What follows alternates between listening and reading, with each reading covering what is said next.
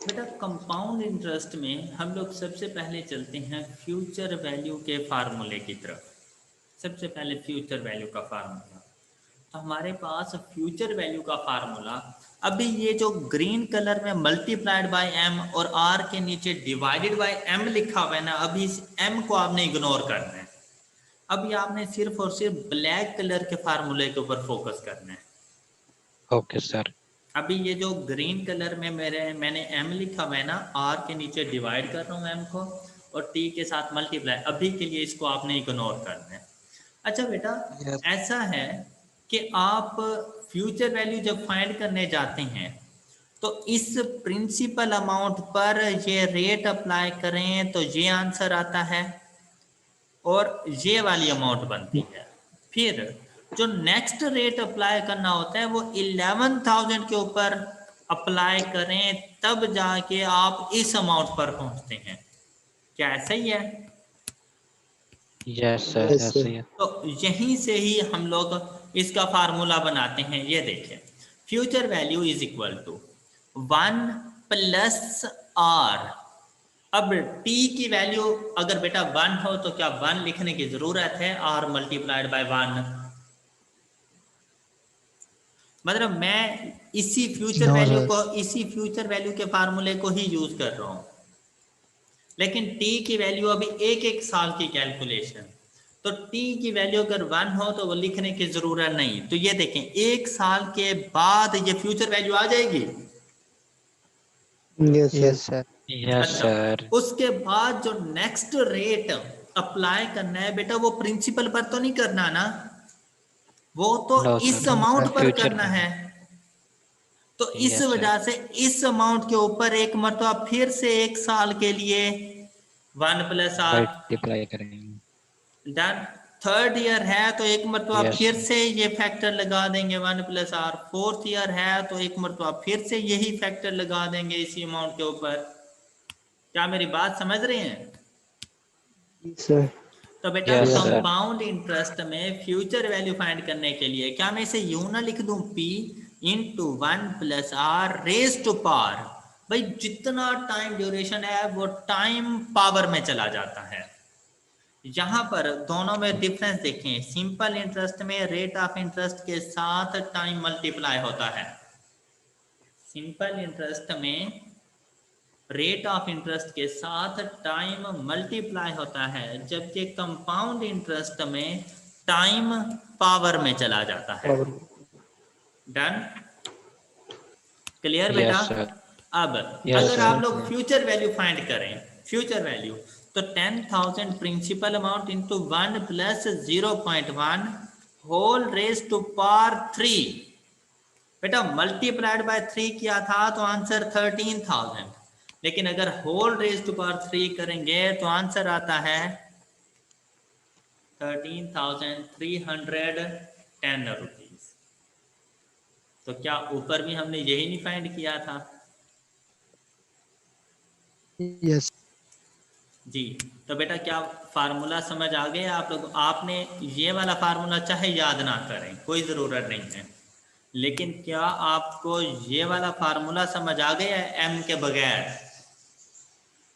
जी sir मतलब ये yes sir. Simple ये formula S is equal to P into 1 plus R raise to power T, ये okay है? जी सर। यस सर अच्छा बेटा, अब अगर प्रिंसिपल अमाउंट का फार्मूला फाइंड करना हो तो कोई नया फार्मूला नहीं है, इसी में से ही ड्राइव करेंगे। ये देखें, क्या हमने ठीक ड्राइव किया हुआ है नीचे?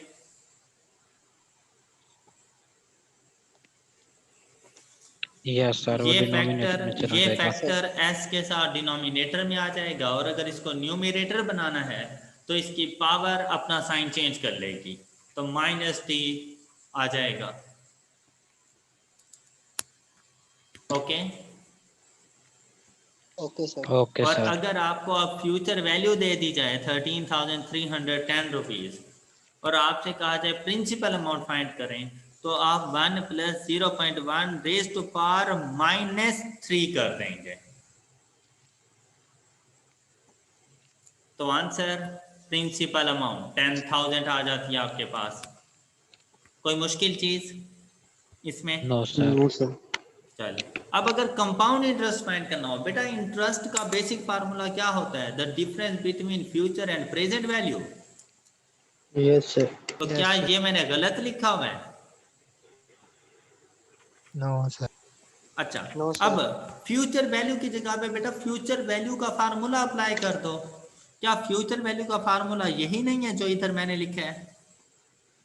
P into 1 plus R raise to power T.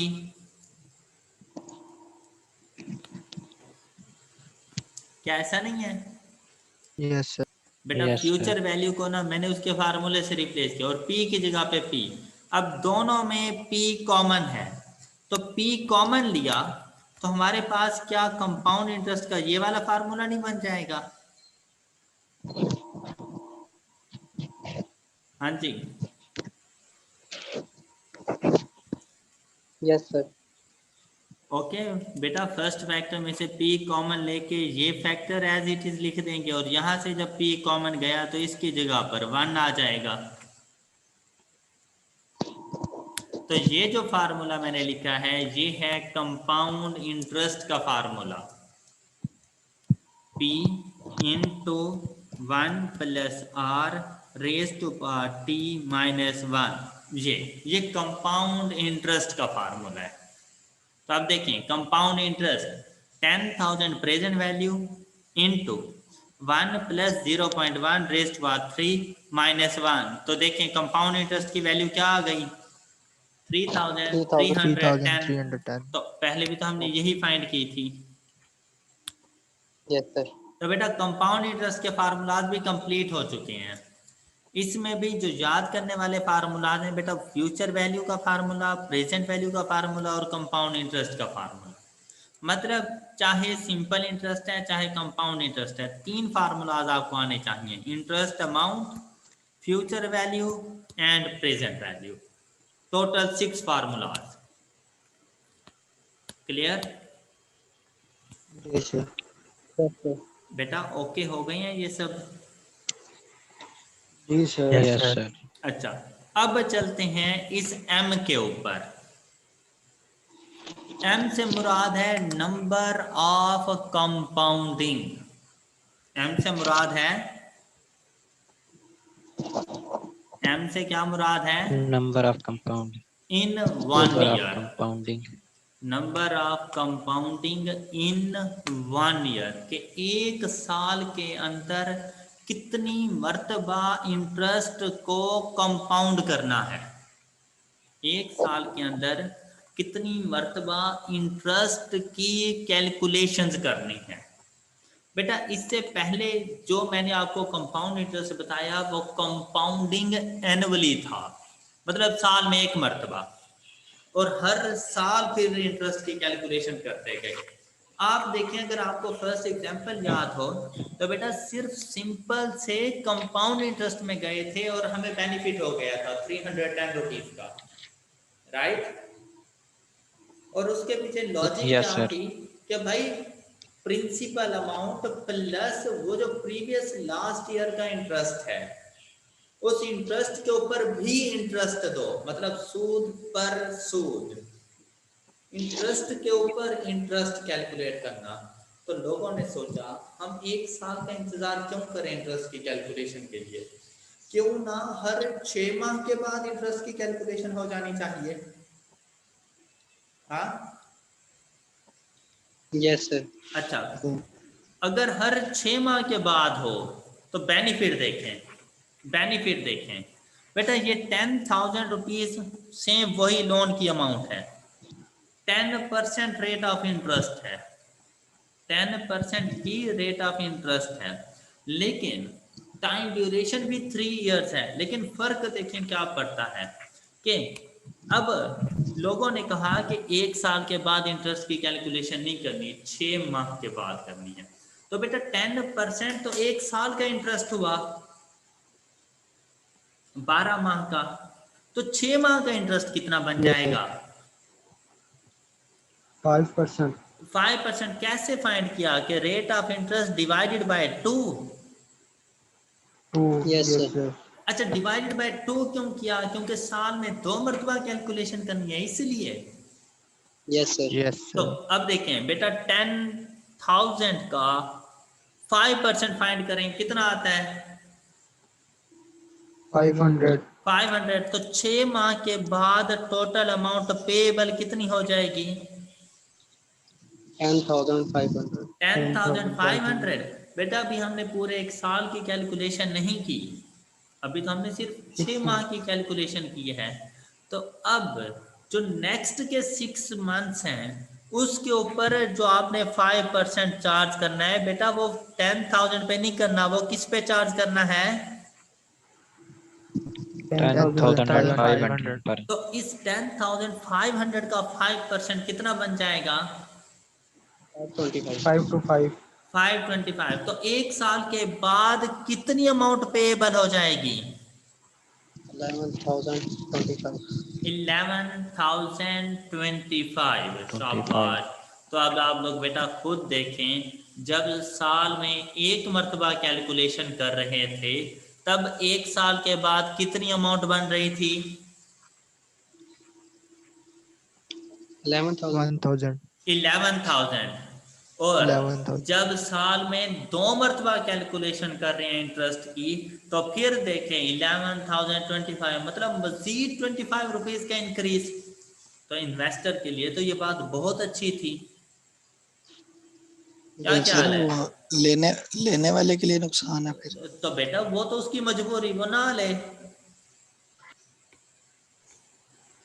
ऐसा ही है ना। तो बेटा यस बिजनेस सर, ये बिजनेस होता ही जी इसी जी तरह से है कि दूसरों की मजबूरियों से फायदा उठाओ। बेटा आपको किसी चीज की जरूरत होगी तो शॉपकीपर के पास जाओगे, वहां से लेकर आओगे, और शॉपकीपर इसलिए तो बैठा है कि भाई तुम्हें जरूरत हो इस चीज की। ऐसे ही है। ओके, अच्छा।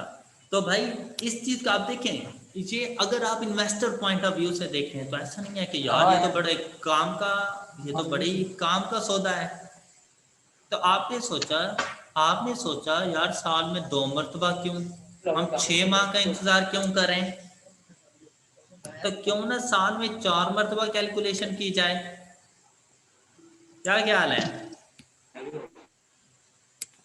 इसका मतलब यस Yes, साल सर। में yes, 4 sir. मर्तबा कैलकुलेशन का मतलब क्वार्टरली बेसिस पर।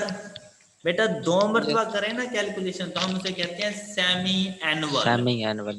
उसे कहते हैं सेमी एनुअल, साल में 2 एनुअल। मर्तबा। और साल में 4 मर्तबा हो तो उसे कहा जाता है क्वार्टरली, क्वार्टरली बेसिस पर। तो बेटा अगर साल में 4 मर्तबा हो तो 10 डिवाइडेड बाय 4 करके रेट ऑफ इंटरेस्ट फाइंड कर लेंगे। पर quarter rate 2.5%।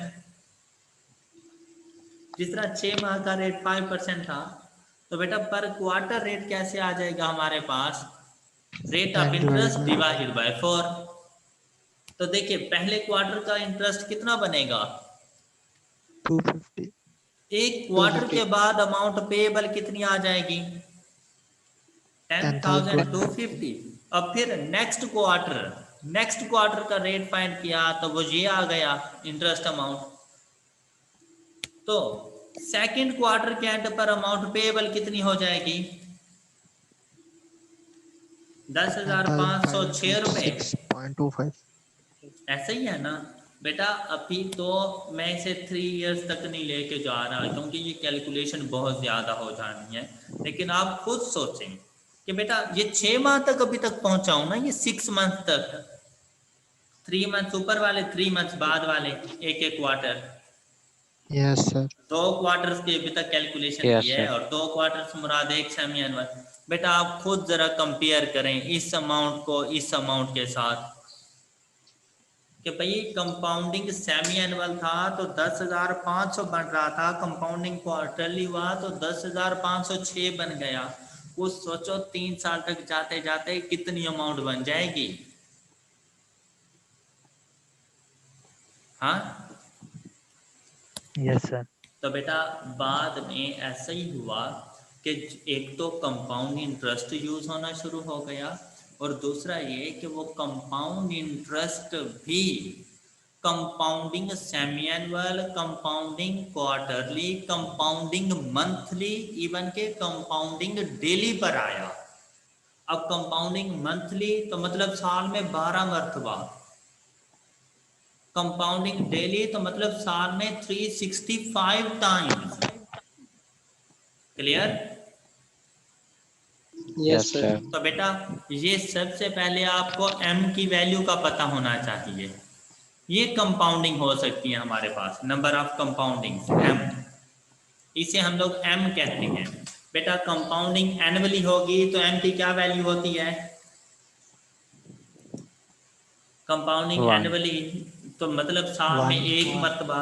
Compounding semi annual हो तो फिर 2 2। शाबाश। कंपाउंडिंग क्वार्टरली हो तो फिर 4 कंपाउंडिंग मंथली, सीएम से मुराद कंपाउंडिंग मंथली हो तो 12 और कंपाउंडिंग वीकली हो, 52 कंपाउंडिंग डेली हो तो 365। शाबाश।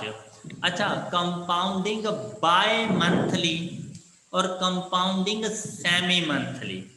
बेटा सेमी से मुराद होता है हाफ और बाय का मतलब होता है ट्वाइस। जहां पर सेमी का वर्ड आ जाए समझ ले डिवाइडेड बाय 2, ओके। और जहां पर बाय का वर्ड आ जाए समझ ले मल्टीप्लाइड बाय 2, ओके बच्चों। बेटा ओके। जी सर। अच्छा ये दोबारा सेमी का मतलब बेटा एस हाफ, बी लेकिन हाफ किसका? Semi monthly. Monthly. Semi monthly months का हाफ, मतलब मीन्स के पहले सर यार सुन लो, कंपाउंडिंग मंथली था तो मतलब मंथ्स में 1 टाइम। अब सेमी मंथली का मतलब है आफ्टर 15 डेज। आफ्टर 15 डेज मतलब एक माह में 2 मरतबा कंपाउंडिंग होगी, तो एक साल में कितनी मरतबा हो जाएगी? 24 24 टाइम। 24 टाइम्स। अब बात समझ आई है? यस सर अब देखिए ना, सेमी एनुअली, सेमी एनुअली मतलब एनुअल का मतलब साल, साल में 2 मरतबा। अब सेमी मंथली से मुराद मंथ्स में 2 टाइम, तो 12 मंथ्स में फिर 24 टाइम्स नहीं बन जाएगा? Yes sir. Numan yes Shakeel. Sir. Yes sir आगे से अच्छा अब बाय मंथली, बाय का मतलब मल्टीप्लाइड बाय 2। भाई 2 मंथ्स में 1 टाइम कंपाउंडिंग होनी है, मतलब हर माह नहीं होनी, हर दूसरे माह कंपाउंडिंग होनी है। तो फिर टोटल कितनी मरतबा कंपाउंडिंग हो जाएगी? 6 times 6 टाइम्स। शाबाश। अब क्वार्टरली हो तो 4 टाइम्स। बेटा अगर बाय क्वार्टरली हो तो फिर मतलब बाय क्वार्टरली हर 2 क्वार्टर्स के बाद। बेटा हर 2 क्वार्टर 2 से मुराद times सेमी एनुअल नहीं होता, यस सर 2 क्वार्टर्स तो एक सेमी एनुअल, मतलब साल में 2 मरतबा। और अगर सेमी क्वार्टरली हो तो फिर 8 times 8 टाइम्स। शाबाश। क्वार्टर में 2 मरतबा। एक क्वार्टर में 2 मरतबा। गुड। तो बेटा कंपाउंडिंग सेमी मंथली मतलब 14 डेज मतलब आफ्टर 2 वीक्स, इसको कंपाउंडिंग फोर्टनाइटली भी कहा जाता है। कंपाउंडिंग फोर्टनाइटली मतलब after 2 weeks 15th day, okay. बेटा ये m की वैल्यूज क्लियर है सबको? सर ये कंपाउंडिंग सेमी मंथली हो जाता है सेमी कंपाउंडिंग मंथली, फोर्टनाइटली हाँ जी हाँ जी, 15वें दिन। तो सेमी मंथली ऐसा नहीं होता मंथ का हाफ, वो 15th डे नहीं बनता। यस सर जी बेटा m की वैल्यूज क्लियर है सबको? Yes sir yes sir. अच्छा बेटा फार्मूले में किसी किस्म का कोई खास चेंज नहीं है। फार्मूले में क्या है कि आप देखें ना, मैंने आपको 10% रेट ऑफ इंटरेस्ट बताया था, कंपाउंडिंग सेमी एनुअली था तो आप डिवाइडेड बाय 2 करते थे, कंपाउंडिंग क्वार्टरली था तो डिवाइडेड बाय 4 करते थे रेट ऑफ इंटरेस्ट को। Yes, sir. Yes, ऊपर sir. एक एग्जाम्पल में देखें ना, ये देखें, ये आपने किया हुआ है, ये देखें।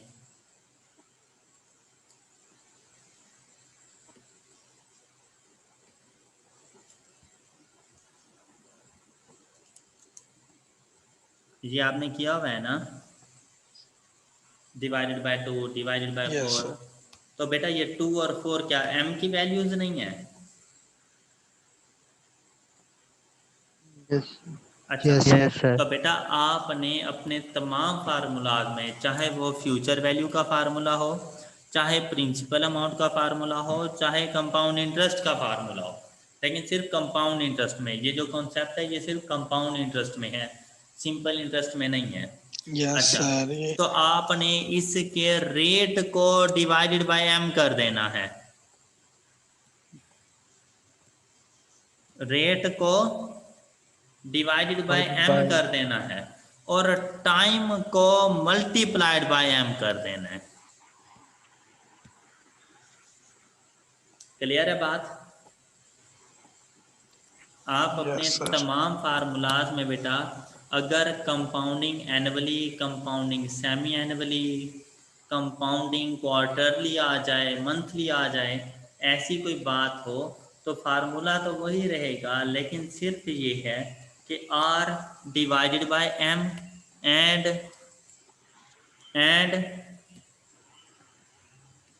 t multiply M. Multiplied by m हो जाएगा। क्लियर? Yes. चलें, गुड। तो बेटा ये फार्मूलाज बिल्कुल कंप्लीट हो चुके हैं। अब हम लोग क्वेश्चंस की प्रैक्टिस करते रहेंगे, लेकिन आप लोग देखेंगे कि मैं फार्मूले में कोई चेंज नहीं लाऊंगा, इन्हीं में से कोई ना कोई फार्मूला यूज़ होता रहेगा।